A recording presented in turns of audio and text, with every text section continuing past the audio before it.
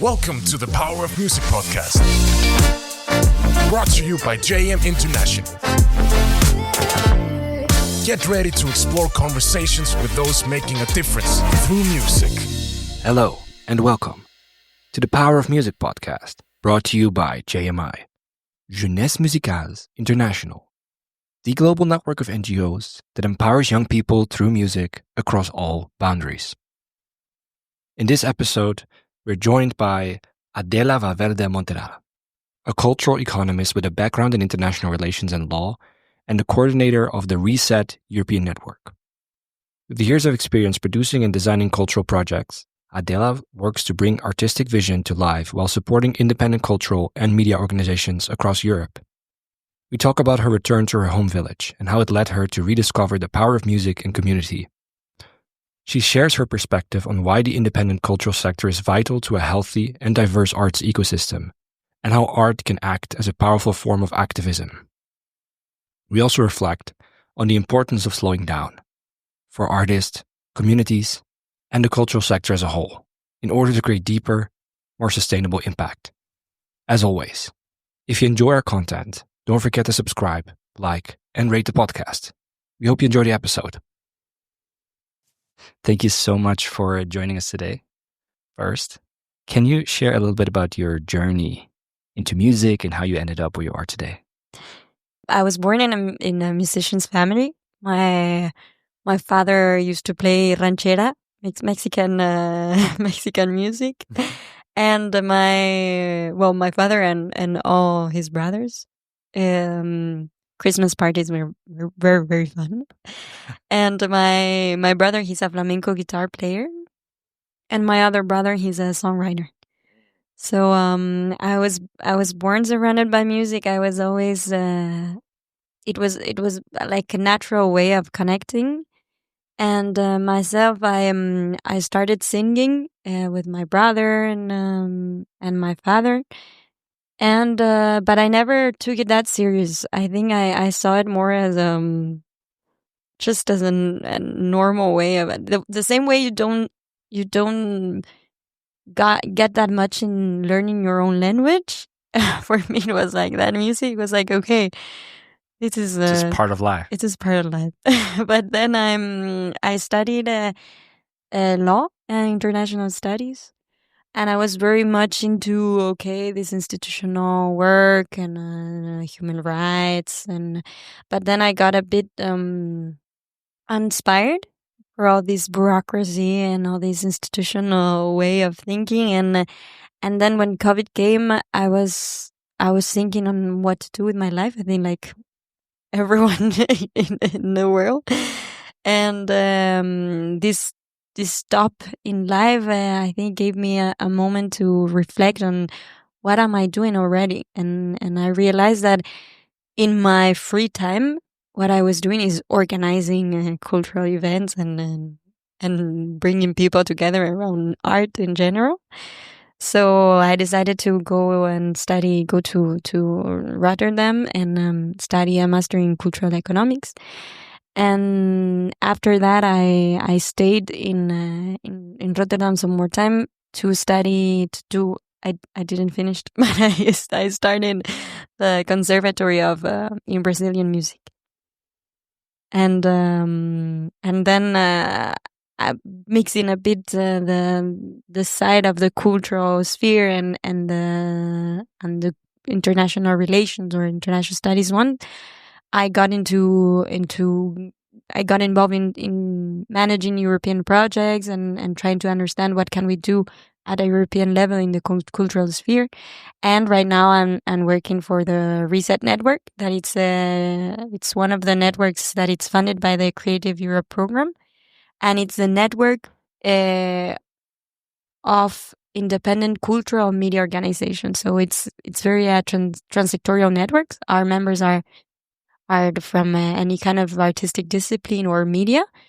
But it's this base of being independent and really sharing a value and having the autonomy of programming and showing whatever they want with that restriction.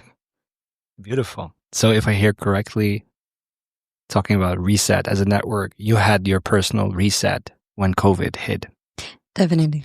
Can you say a little bit about, for all the people that are, on the one hand, lucky enough to not have this COVID, so they need to have maybe more encouragement to do what they really are meant to be doing because they don't have that sort of reflective reset. How did you feel that you were not in the right moment, or what was it? Like, was it a feeling, or did it build up? Was it quite suddenly? I think we're living in a world that's going too fast, and sometimes no, most of the times we are pushed on things because we don't allow ourselves to stop and reflect. And in Spain, it's like this: you finish high school, you really have to quick choose which kind of studies do you want to do at university, and after university, suddenly you really have to find your first job, and then you end up in this race with yourself, and I think what I would suggest people is really take a moment for themselves, and that not be afraid of stopping at some point, at some time, because of being judged, or because of losing out. I think we are in this race that if you stop a bit, you are out of everything. No, you're out of your contacts. You're out of the system. You're out of the job world, and it's not true. And maybe doing something else really gives you the click to understand what you're best of, and you are realize that your job in a different sense will work out better actually. So we just need to slow down. We really need to slow down. We really need to slow down. Tell me about Brazilian music. How did you end up doing the course in Brazilian music? I was during COVID. I went back to my hometown, and I had. I'm very lucky to say that this COVID year was one of the best years for me, because I went back home that I left when I was 17, and it's a medium small city in the south of Spain, and I was always like, no, I cannot find anything here. I really have to go to the big cities or to other countries. And suddenly I went back, and I found that the community there was super strong. All of the people, all the musicians, the young musicians that had the same strategy that I had, like really going away from the city and studying abroad. Suddenly, we all came to our hometown, and we have there's a social center, a cultural center that's called Classy Jazz. That it was our home. Like when everything stopped, they were still doing things. It was like a family that continued with the music and with the theater, and for me, getting back this community was the most important thing that ever happened, and I'm still connected with them, and they're still my family. So these ties that were created during COVID were super strong. So during this period, we gather a lot of incredible musicians from all around Spain. We, because of the musicians, didn't have the chance to play, so they had the time to stop a bit, to slow down. So we did a classy jazz big band, inviting some of the best musicians in Spain to come to Almeria, that it's the small city I was born, and to spend 6 months there doing a residency somehow. And each week there was a new repertoire being rehearsed and performed. Sometimes online, because there was no public allowed, and sometimes there were some small public. And then, so in that moment, I had the chance to really get in touch with super incredible musicians. And there was one musician that was living in Brazil before COVID, and he's from Granada, but he was married with a Brazilian woman. And so I started with jazz, in my music career. But then when I got in contact with this musician, it was this kind of musicians that feel music as a game, like just play, and then improvisation. But you can have improvisation as a really theoretical manner and doing everything with the calculations and the tones and the scales and whatever. And then he was like, no, like just do any sound, like, blah, blah, blah, like whatever, like you just have to play. And he had a lot of influences from Brazil. So I got into these crazy Hermeto Pascual vibes that I don't know if you know, but if you don't know, please listen to it.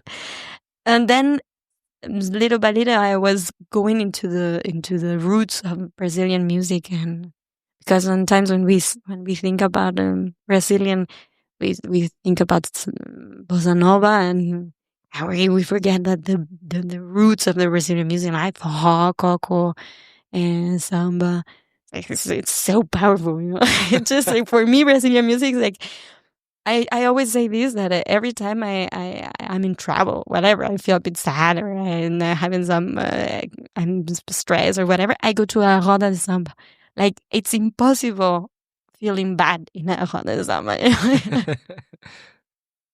So if I summarize, there's just two things we have to do: slow down and play and have fun. Definitely. And I can attest, actually, this podcast, while the idea was born in Brussels, the first episodes ever recorded were in Banyoles, also a small place in Spain. So a lot of good things happen in small places in Spain. And then actually, like, I've also recorded episodes in Brazil. So I can also attest to that. So you agree with me? Yes, I agree. Maybe let's speak a bit about the Reset Network. So what does it do? What is your role? So I'm part of the coordination team of the Reset Network. And as I said, Reset is a transsectorial network. So our members are very diverse. We have from small art galleries to art festivals, cultural centers, community radios, magazines. And the idea is bringing all these different disciplines and together under the common base of independence, because we realize that being an independent cultural and media actor, it represents some specific characteristics that unifies all the sector, and it's worth it to really talk about the independent cultural and media scene as such, in order to identify what are these common challenges and bring it back to specific policy proposals. So the idea of the Reset Network is mapping what's the situation in the grassroots organization, and being the bridge to the European institutions, so that they can really be identified as such, and to create some actual change.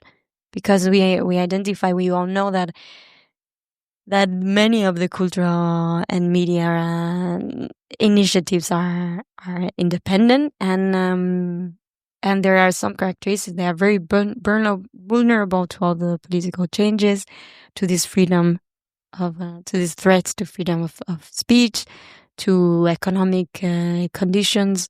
And they are all most of all are based in voluntary actions. They appear, they disappeared, because there's a lack of this continuity because of financial reasons.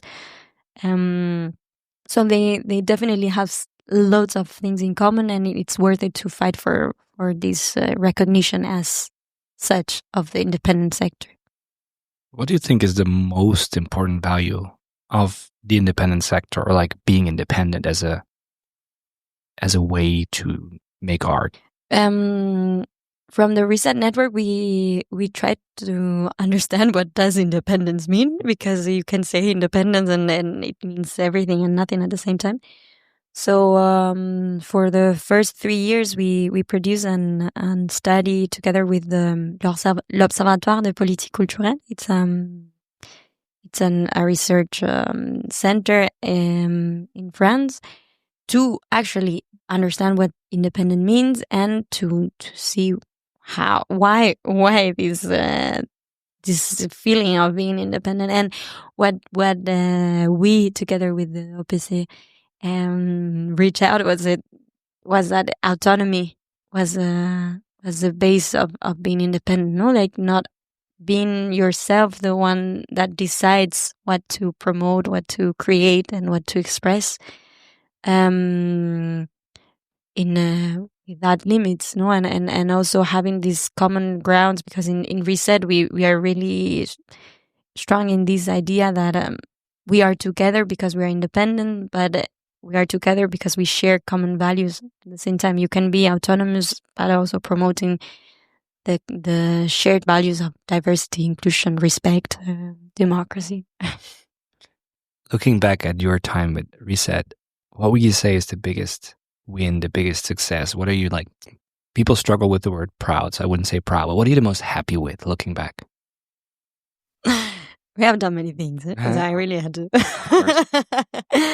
No, make a list then of all the things that you're happy with. I would say I would say two things. On the one hand, it would be for me, the most important moments for the network are our annual gatherings. It's the moment where we bring all the members together in a specific place, and for me, it's the moment where the difference is done, because we do many things online, and we try to connect somehow still all during the whole year via online, and we're happy that we have these online tools. But definitely when I'm there with all the members, we are 130 already, and when we are there and we really can touch ourselves, no, it's and really talk to us and looking into the eyes and sharing experience out of the work routine, and really doing the most natural networking that we have, that is just connecting. For me, there's an energy that happens there that I could not define it in any other moment. So in that sense, for me it's the best moment of the network every time that we have to meet. But in the other hand, there is the Reset Network has a strong angle, a strong action in advocacy, and I would say that it's really important for us. The moment that some months ago we published an open letter on digital ethics. The idea was really because we understand that there are these threats to the concentration in the digital tools, and we are really in this effort of trying to find alternatives to these magma powers. And what we did was create an open letter trying to ask the European Commission to add a valoration, like to really take into account the use of these alternative digital tools in measuring or evaluating the project proposals. And this was I think this was a really, really important action, because it had a lot of repercussion. Many other European networks and other Creative Europe funded programs supported it, and now I think it's something that we did the first step, and it had a lot of voices, and now we just really need to continue to make it possible, to make this thing that we asked to the Commission real. Do you think this digitalization is also the biggest challenge to the independent sector? You mentioned before other challenges like freedom of speech, or what are the big challenges? I think, well, we are facing lots of challenges, not just the independent sector. I would say, as I said, no, specifically in the independent sector, this economic vulnerability, and this political vulnerability, that it's linked somehow. the funds that come from the public sphere are very the independent organizations are very dependent on. But I would say there are also some common challenges to all of us, and we fight a lot for the ecological challenges, and of course the digital ones, the concentration of the cultural spheres. It's a strong challenge because of the unification of the voices. I think the most powerful thing of the independent actors is that they can be diverse, and I would say yes, digital. I wouldn't say digitalization as such. It's I think it's something we have to deal with, and we cannot go backwards. We are already in the track, but being conscious on how we use this digitization and for what purposes, and which kind of tools do we use. So that's why we really have to get used to work with the digitization, but being a bit aware of how do we do it in sense of really ethically, and rethinking on AI and the platforms that we use. So today we're recording from the EYE, the European Youth Event in Strasbourg, and you just gave a workshop about art as activism. Maybe first, how was it? How was it to do the workshop? It was great. I have to say that I co-facilitated with Sam. Mm-hmm. That she's a super strong person with a lot of energy and very creative. So it was great. For us, it's also important because it was a way to reach directly young people. I think they are very, very connected, and they really well know what the independent sector means.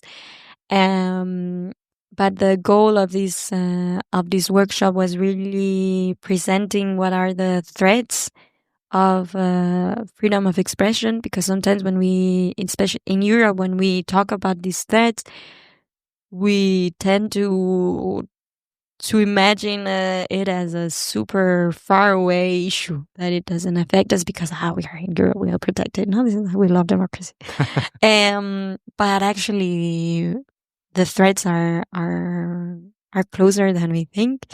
And my intention was really to talk with the youngsters and the young people to be ready to identify these threats, because as I said, sometimes it can be very well hidden. No? Sometimes we see, for example, in Germany, what happened in the cultural budget.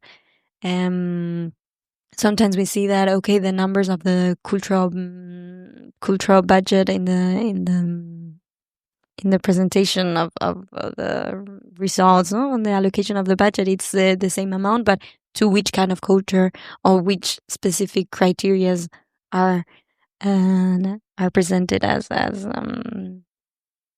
yeah. And so that's the thing, no? Like, we have to really be cautious on and looking clearly and in a focus on what's happening around us, and also showing to the people what we are doing with Reset in terms of show, because we as a network, we understood that our power is that we have a strong voice. We can reach many people from very different countries, and it was almost an obligation to show what's happening. So what we did, I think, another action that I'm proud of, if this idea of reset takeover. So we identified some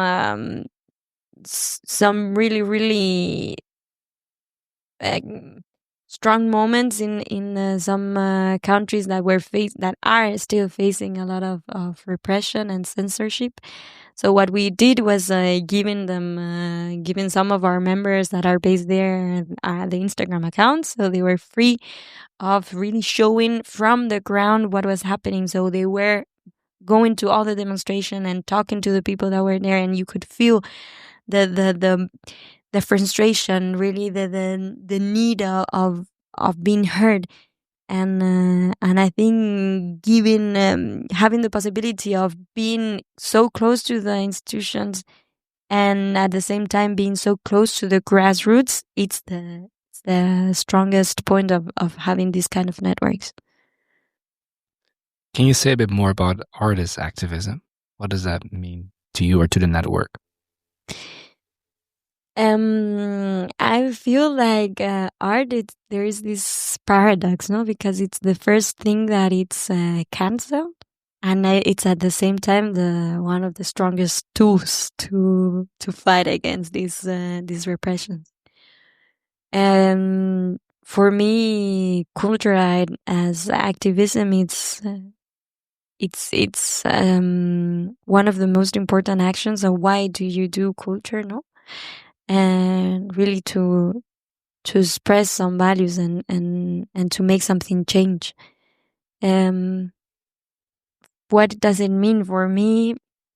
It's really having the freedom of showing that we are there and we are a community, and that we are still free to express what we feel and what we want to do.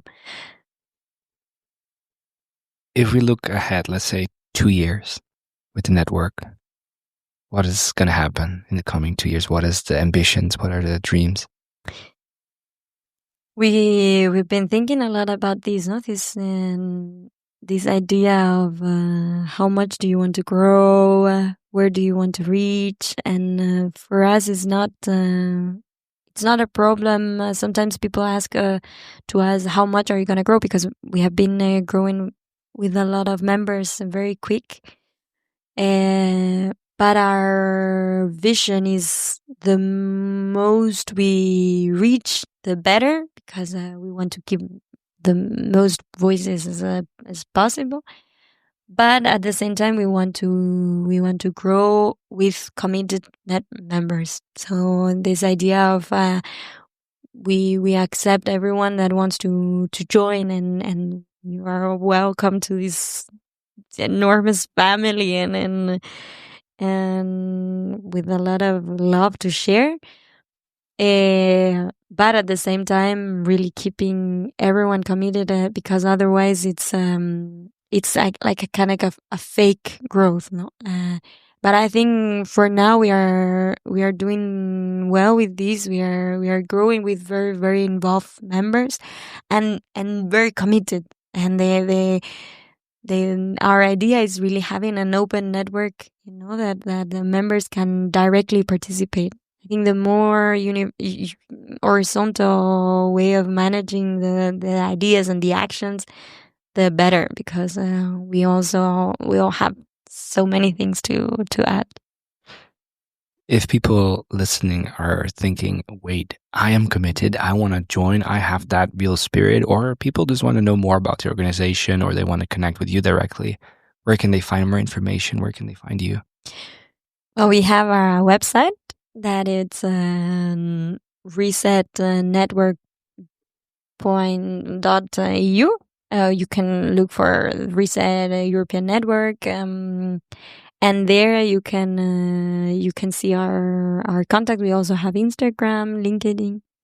But I really, really encourage you to go and visit the website and really just throw a message. What I would like to say is that sometimes we can see, this network, and sometimes you feel that there is a lot of space between the organizations and the network, and it's definitely not. We are a family, and we are very open to having calls and meetings, and open to just talking about the ideas you might have, connections.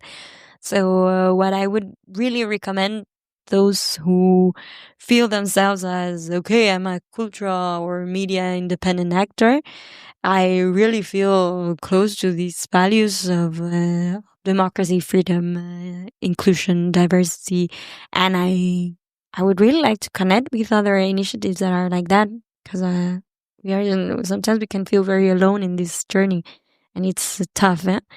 So yeah, just contact us, and this is a very, very, very, very, very, very open network. As always, the very last question: what is the power of music? I would say 2 words. One is universality, and the other one is a community.